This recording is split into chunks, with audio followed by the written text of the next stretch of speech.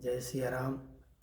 प्रायः यह प्रश्न उठता है कि वाल्मीकि रामायण की रचना किसने की, वाल्मीकि कितने हुए। कोई कहता है कि वाल्मीकि जी तो ब्राह्मण थे, कोई कहता नहीं वाल्मीकि तो अंत्यज थे, शूद्र योनि में उत्पन्न हुए थे।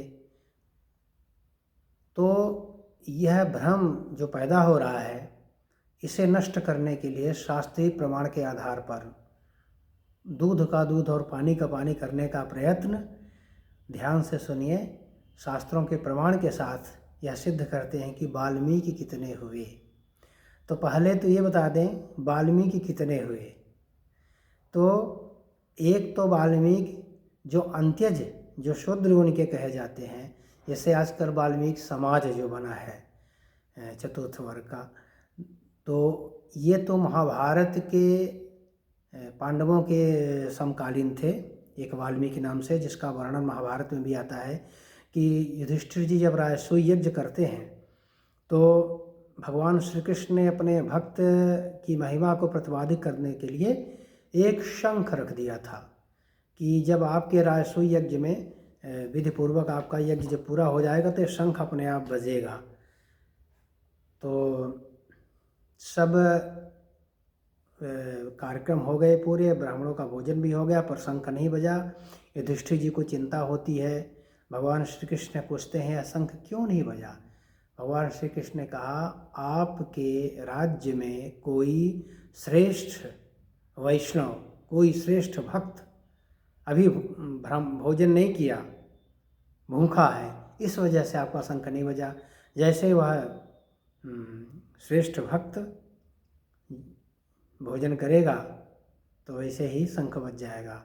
लेकिन ध्यान रहे वो श्रेष्ठ, तो युधिष्ठिर जी पूछने लगे कि कौन है हमारे राज्य में, हमको पता नहीं, अभी तक सूचना नहीं, बताइए केशव कौन है वो, हम उनके दर्शन करना चाहते हैं।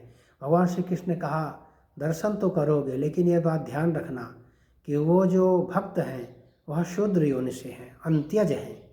इसलिए अपने मन में क्षत्रिय होने का अहंकार और राजा होने का अहंकार लेकर उनके पास नहीं जाना, नहीं तुम्हारा और बहुत अनिष्ट हो जाएगा, क्योंकि वो बहुत उच्च कोटि के भक्त हैं, अपने को छिपा के ही रखते हैं। तो उन्होंने जब युधिष्ठिर ने प्रार्थना की तो भगवान जी ने उनका पता बताया कि एक वाल्मीकि नामक भक्त हैं जो अंत्यज हैं और आपके राजमहल में प्रतिदिन आते हैं और सफाई करने के लिए आते हैं और अपने को छुपा के ही रखते हैं और प्रकट नहीं करते। इसलिए उनको बुलाइए बड़े श्रद्धा आदर पूर्वक, जैसे ही वो भोजन करेंगे वैसे ही आगे शंख अपने आप बच जाएगा। तो युधिष्ठिर बड़े प्रसन्न हुए, उन्होंने कहा नहीं हम ऐसा नहीं होने देंगे, और द्रौपदी जी को आदेश दिया कि श्रेष्ठ व्यंजन बनाओ उन भक्त प्रवर का। और भीम और अर्जुन उनको लेने के लिए गए तो उन्होंने देखा कि तुलसी का एक बगीचा बना है, उसके बीच में बैठे वो भगवान के ध्यान में लीन है। तो उनको देखकर अर्जुन और भीम गए, उनको प्रणाम किए और उन्हें भक्त प्रवर आपका मेरा प्रणाम स्वीकार करें, हम आपको लेने आए हैं, आप चलिए हमारे साथ। तो उन्होंने कहा कि क्यों, आप बड़े सकपका गए डर के कि देख के कि क्या हुआ, कोई अपराध हो गया, क्षमा करें। न बोले नहीं नहीं आपसे अपराध नहीं, आप तो श्रेष्ठ भक्त हैं, हमारे यहाँ जो यज्ञ हुआ है उसमें आपका निमंत्रण है, आप चलिए। तो उन्होंने कहा नहीं नहीं हमारी क्या ज़रूरत है, हम तो आपकी सवाई, हमने ठीक है हम आपको जानते हैं आप कौन हैं, हम अच्छी तरह पहचानते हैं। भीम और अर्जुन जब उनसे प्रार्थना करने लगे तब वो बोले ठीक है हम आएंगे, आप चलिए हम आएंगे। इसके बाद ये वो लोग भीम और अर्जुन तो चले गए, फिर ये गए यहाँ से। तो उनके लिए द्रौपदी जी ने विविध प्रकार के व्यंजन पकवान बनाए थे, बड़े श्रद्धा आदर के साथ युधिष्ठिर जी ने अगवानी की और उन्हें बड़े सम्मान के साथ, वो बाहर बैठ रहे थे, यहीं बैठ जाते यहीं भोजन, बोले नहीं नहीं आप राजभवन में चलिए। अच्छे से उनको सत्कार के साथ, जिसके वो पात्र थे, उन्हें भोजन परोसा गया। तो वो भक्त क्या किए कि पूरा जो व्यंजन जितने प्रकार के बने थे सब एक साथ ही सबको मिला के ऐसे खाने लगे। तो द्रौपदी जी के मन में थोड़ा हुआ कि आखिर हैं तो अंत्यज ही ना, इनको क्या पता राजभवन का इतने विविध प्रकार के 56 भोग हैं, इनका क्या महत्व होता है, इनको स्वाद पता नहीं है, इसीलिए वो ऐसा करके कर रहे हैं। तो भोजन किए फिर भी शंख नहीं बजा। तो युधिष्ठिर जी भगवान श्री कृष्ण की ओर देखे तो भगवान श्री कृष्ण ने कहा कुछ न कुछ खोट है, कुछ गड़बड़ी हुई है। युधिष्ठिर जी ने कहा हमारे अंदर तो उसी की भावना नहीं थी, भाइयों से पूछा किसी की नहीं थी।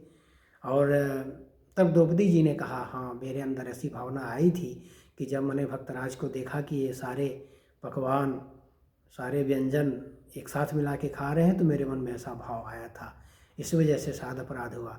द्रौपदी जी ने कहा आप अपने प्रायश्चित करो और मन से स्वीकार करो कि आपने गलती की है और उनके से क्षमा मांगिए तो शंख बजेगा। और जैसे ही द्रौपदी जी स्वीकार करती हैं अपने अपराध को, वैसे ही शंख बज गया। तो इस तरह से वो एक प्रवर भगवान नारायण के, भगवान श्री कृष्ण के परम वैष्णव थे वाल्मीकि जी, जो अंत्य जीवन में थे। तो ये हुए। और दूसरी जो कथा आती है, बड़ी विचित्र कथा आती है, जो अध्यात्म रामायण में है और उसी का जो सूत्र है कि वो जो भार्गव गोत्रीय ब्राह्मण थे जिन्होंने वाल्मीकि रामायण की रचना की, वो वाल्मीकि दूसरे थे, अंत्यज नहीं थे। किंतु उनके पूर्व जन्म की जो कथा है वह बड़ी विचित्र है। वह थोड़ा रहस्यात्मक है, जिसका आनंद रामायण में वर्णन मिलता है। तो आनंद रामायण में आता है कि पंपा सरोवर के पास शंख नामक एक ब्राह्मण रहते थे और उनको गुरु कृपा से सिद्धि प्राप्त थी। एक बार वो गोदावरी और भीमरथी नदी के निर्जन वन में घूम रहे थे और वैशाख का महीना था, गर्मी का समय, और उनको बहुत प्यास लगी थी, पानी भी नहीं था आसपास और गर्मी से तड़पते हुए बड़े दुर्बल थे, कमज़ोर थे। ब्राह्मण तपस्वी थे, सिद्ध प्राप्त थी उनको गुरु कृपा से, लेकिन वो बड़े कमज़ोर थे शरीर से और ऐसे ही जा रहे थे। अचानक उन्हें एक व्याध मिला और व्याध ने उनसे जो उनका जो कमंडल था, जो भी झोली वोली थी, वो सब छीन लिया, यहाँ तक कि उनके जूते भी उनसे उतरवा लिया और उनको डांट के भगा दिया। और वो बड़े दुखी हुए। दुखी होकर के, अब गर्मी का समय, ज़मीन इतनी गर्म है, वैशाख का महीना, और वो जाने लगे तो उनको चलने में बड़ी परेशानी हो रही थी। तो कहीं पैर रखते, फिर वो कष्ट में होते, फिर कहीं घास में पैर रखते, माने उस तरह से जा रहे थे। व्याध ये बात देख रहा था। तो संत दरस जिम पातक टरई, वो संत थे, उनका दर्शन करने से व्याध के कुछ पाप कम हुए, तो उसके मन में शुभ वृत्ति का उदय हुआ और वह व्याध उनसे उनके जूते वापस कर दिया। बोले आपको चलने में कठिनाई हुआ, अच्छा ले जो अपने जूते वापस ले लो। जूते उनको मिल गए तो थोड़ा उनको आराम हुआ, प्रसन्न हुए ब्राह्मण निर्मल हृदय। उन्होंने कहा तुमने मुझे जूते दिया है, ताप से हमारा कुछ बचाव होगा, अब मुझे सरोवर और दिखा दो, तो कोई जलाश्रय हो, क्योंकि मुझे प्यास लगी है। उसने बता दिया हाँ यहाँ पर है, जाओ। और सरोवर में गए, जलपान किए, व्याध उनके पीछे पीछे चलता रहा और वो व्याध को आकर्षण हो रहा था एक स्वाभाविक कि उनको छोड़ना नहीं चाह रहा था, तो साथ में चला। वो जल से जब तृप्त हुए तो देखा तो व्याध भी खड़ा है। उन्होंने कहा तुमने मेरे जूते भी वापस किए और सरोवर से जलपान करा कर मुझे तृप्ति भी मिली, इसलिए तुम अपने बारे में जो कुछ पूछना चाहते हो पूछो, मैं तुम्हें बताऊंगा, क्योंकि गुरु कृपा से मुझे सिद्ध प्राप्त है, मैं सब कुछ भूत भविष्य वर्तमान सब कुछ बता सकता हूँ। तो व्याध ने कहा कि आप सिद्ध पुरुष हैं, तो बाबा जी मुझे ये बताइए कि मैं पूर्व जन्म में क्या था, अभी मैं व्याध कैसे हुआ। तो उन्होंने बताया कि देखो, पूर्व जन्म में तुम शाकल नामक नगरी में वेद का पारगामी स्तंभ नामक ब्राह्मण थे। श्रीवत्स गोत्र था तुम्हारा और विवाहित थे तुम, तुम्हारी एक बड़ी ही पतिव्रता पत्नी थी। एक बार किसी वैश्या के संसर्ग में आने के कारण तुमने उस पत्नी को भी अपमानित किया और उस वैश्या को लेकर अपने घर में आ गए। लेकिन आपकी जो पत्नी बड़ी पतिव्रता थी, वह वैश्या की भी सेवा करती थी, तुम्हारी भी सेवा करती थी। तो वैश्या तो तुम्हारे धन के कारण ही तुम्हारे पास थी, धीरे धीरे तुम्हारा धन क्षीण हो गया और तो वो है जो तुम्हारी पतिव्रता पत्नी थी, अपने मायके से भी कुछ मदद ले करके तुम लोगों का पालन पोषण करने लगी। फिर तुम्हें भगंदर रोग हो गया। तो इस जब उस वेश्या ने देखा कि इनको रोग हो गया है तो वह तुम्हें छोड़कर किसी और के पास चली गई। फिर भी तुम्हारी पत्नी ने तुम्हारी सेवा की, अच्छे से करती रही यथाशक्ति, और तुम्हें उस समय पश्चाताप भी हुआ कि हमने कितनी बड़ी गलती की इस वेश्या के चक्कर में। वो तो सिर्फ स्वार्थ की थी, और यह पत्नी निष्काम भाव से, हमने इसे अपमानित भी किया, फिर भी यह हमारी सेवा कर रही है। तो इस तरह से तुम्हें पश्चाताप भी हुआ, उससे क्षमा भी प्रार्थना भी किया। लेकिन पत्नी ने उससे कहा कि आपसे, आपकी प्रार्थना क्या आवश्यकता है स्वामी, आप तो हमारे स्वामी हैं और मैं आपकी पत्नी हूँ, आपकी सेवा करना मेरा धर्म है। इस तरह से वह पत्नी सेवा करती रही। एक बार कृपा पूर्वक ही देवल ऋषि आ गए और उनके दर्शन करने से तुम्हारी कुछ सद्बुद्धि हुई, तुम्हारी पत्नी ने उनकी सेवा की, उन्होंने आशीर्वाद दिया और चले गए। अब तुम्हें कुछ दिन में क्या हुआ, सन्निपात हो गया। सन्निपात हो गया, तुम्हारी पत्नी तुम्हें कुछ खिला रही थी, तुमने उसकी उंगली भी काट ली, और उसी उंगली का कटा हुआ टुकड़ा तुम्हारे मुंह में ही रह गया। उसी समय तुम्हारी मृत्यु हो गई। और अंत समय में तुम उसी वेश्या का ही चिंतन करते रहे। तुम्हारी पत्नी तो तुम्हारे मृत शरीर का अंतिम संस्कार किया और उसी तुम्हारी चिता में ही जलकर सती हो गई और वैकुंठ लोक हो गई। अब तुम जो है इस व्याध योनि को प्राप्त हुए हो, क्योंकि तुम्हारे मुख में उसके कटी हुई उंगली थी और कोई सत्कर्म बन नहीं पड़ा था, तो इस वजह से व्याध योनि को प्राप्त हुई है। तो बोले, तो वो व्याध पूछता है, तो फिर क्या ऐसे ही हमारा जीवन रहेगा? बोले नहीं, भविष्य में तुम्हारा कल्याण होगा। और उसके लिए वो बताते हैं कि भविष्य के बारे में कि जब तुम्हारा यह शरीर छूट जाएगा तो उस समय एक ऋषि, बड़े तपस्वी ऋषि होंगे जिनका नाम होगा कृणु। तो कृणु जो ऋषि होंगे, उनकी तपस्या का जो अंतिम समय आएगा तो उनके आँखों से वीर निकलना शुरू हो जाएगा। उसे एक सर्पिणी पी लेगी, तो उस सर्पिणी के द्वारा ही तुम्हारा वनेचर के रूप में, किरात के रूप में दूसरा जन्म होगा। और उस समय जब तुम सप्तर्षियों को लूटना चाहोगे तो सप्तर्षियों की कृपा से ही तुम्हें वह मंत्र प्राप्त होगा, राम मंत्र प्राप्त होगा। तुम उच्चारण नहीं कर पाओगे, तुम मरा मरा कहो, उल्टा नाम देंगे, और उल्टा नाम जपत जग जाना वाल्मीकि वह ब्रह्म समाना। इसके बाद तुम्हारा कल्याण होगा उत्तरोत्तर। इतना कहकर शांत हो गए। आप देखिए यहाँ पर जो बाबा तुलसी ने लिखा है कि वाल्मीकि नारद घट जोनी, निज निज मुखनि कही निज होनी, और उल्टा नाम जपत जग जाना वाल्मीकि भय ब्रह्म समाना, और जान आदि कवि नाम प्रतापु, भय शुद्ध करि उल्टा जापू। ये सब का सूत्र जो है इस कथा से मिलता है, जो भी आनंद रामायण की आपने कथा सुनी। अब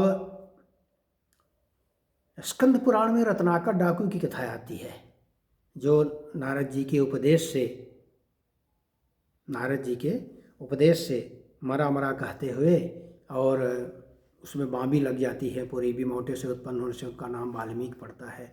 बाँबी माने दीमक लग जाती हैं, तो उसको जो बाँबी लग जाती है, दीमक लग जाते हैं, और बिमौटे को वाल्मीकि कहते हैं। वाल्मीकि से उत्पन्न होने के कारण वाल्मीकि ये नाम पड़ा। एक तो ये हो गया। दूसरा, ये कथा जो है, जो उनका रामायण के जो रचयिता, आदि काव्य जो रामायण है उसके रचयिता जो वाल्मीकि थे, वे जो है भार्गव गोत्रीय ब्राह्मण थे। और जैसा कि है, ब्रह्मा जी के 10 मानस पुत्र, मरीचि अतिरंगिरसः पुलस्त्य पुलयः क्रतुः भृगुर वशिष्ठो दक्षस्त च दशमस्तत् नारदः। तो मरीचि जो थे पहले जो मानस पुत्र, तो मरीचि ने करदम देव विभूति की पुत्री कला से विवाह किया, और कला से कश्यप और आदित्य के द्वारा 12 आदित्य हुए, जिसमें से वरुण भी एक हैं आदित्य, उनको प्रचेता भी कहते हैं। और ब्रह्म वैवर्त पुराण में आता है कि कति कल्पांतरे अतीते सृष्टुः सृष्टि विधौ पुनः यह पुत्रश्चेतसो धातुः बभूव मुनिपुंगवः तेन प्रचेता इति नाम चक्रे च पितामहः। मन ब्रह्म वैवर्त पुराण में आता है कि अगले कल्प में जब फिर से सृष्टि को ब्रह्मा जी ने रचा तो उसमें जो प्रकृष्ट चित्त से उत्पन्न होने के कारण प्रचेता नाम पड़ा वरुण जी का। इस तरह से प्राचेत सोहम दशमः पुत्रो राघव नंदन न स्मराम नृतम वाक्यमिमौ तु तव पुत्र कौ। वाल्मीकि रामायण में आता है, वाल्मीकि जी खुद कहते हैं कि मैं प्रचेता का 10वां पुत्र हूँ। वो यहाँ से इन्हीं प्रचेता के 10वें पुत्र थे। तो ये भृगु जी के कहने से ये तपस्या करते हैं और बांबी जो दीमक बन जाती है तपस्या की वजह से, इसलिए इनका नाम वाल्मीकि पड़ा। और शिव पुराण में आता है कि पुरा स्वयं भुवम स्यासीत प्राचेतस महाद्युति ब्रह्मात्मजस्तु ब्रह्मर्षि तेन रामायणम कृतम। शिव पुराण में है कि जो स्वयंभू मन के पुत्र स्वयंभू जो ब्रह्मा जी थे, उनके पुत्र जो प्रचेता हुए, उनके पुत्र ने ही रामायण की तेन रामायणम कृतम, रामायण की रचना की थी। वाल्मीकि रामायण भी आता है सन्निबद्धम हि श्लोकानाम 24,000 माने 24,000 श्लोकों से निबद्ध जो श्लोकों की रचना की। उपाख्यानम शतम चैव भार्गवेण तपस्विना। यहाँ भी भार्गव कहा गया है कि भार्गव माने भृगुगोत्री ब्राह्मण, जो तपस्वी ब्राह्मण थे, उन्होंने ही रामायण की रचना की। तो यह सिद्ध है कि भृगुगोत्रीय जो ब्राह्मण थे वाल्मीकि, उन्होंने ही रामायण की रचना की थी। और मत्स्य पुराण में भी यह आता है कि वाल्मीकिस्तस्य चरितम चक्रे भार्गव सप्तम। वाल्मीकिस्तस्य चरितम चक्रे भार्गव सप्तम। तो मत्स्य पुराण भी यह कहता है कि यह जो राम कथा, ये रामायण की कथा है, रामायण की रचना भार्गव सप्तम माने श्रेष्ठ कुल में उत्पन्न भृगुगोत्री ब्राह्मण वाल्मीकि जी ने की थी। तो इसलिए इन सब उपाख्यानों से यह सिद्ध होता है कि पूर्व जन्म में जो कथा आनंद रामायण में आती है कि वो ऐसे थे, लेकिन वो भगवान के भजन के प्रताप से, राम जी के नाम से दूसरे जन्म में प्रचेता के वरुण जी के पुत्र होते हैं। और उस समय उन्होंने तपस्या के द्वारा शक्ति अर्जित की और जिससे भगवान की कृपा से, भगवान भगवद दीक्षा से ही आदि ग्रंथ रामायण माँ निषाद प्रतिष्ठान तो मगमः शाश्वती क्षमा यत क्रंच मिथुनादेकम अवधि काम मोहितम। इस श्लोक के प्रादुर्भाव के साथ ही आदि कम होने का उन्हें गौरव प्राप्त हुआ और रामायण के रचनाकार वही ब्राह्मण थे, निःसंदेह। इसमें किसी भी प्रकार के संदेह की गुंजाइश नहीं है। जय श्री राम।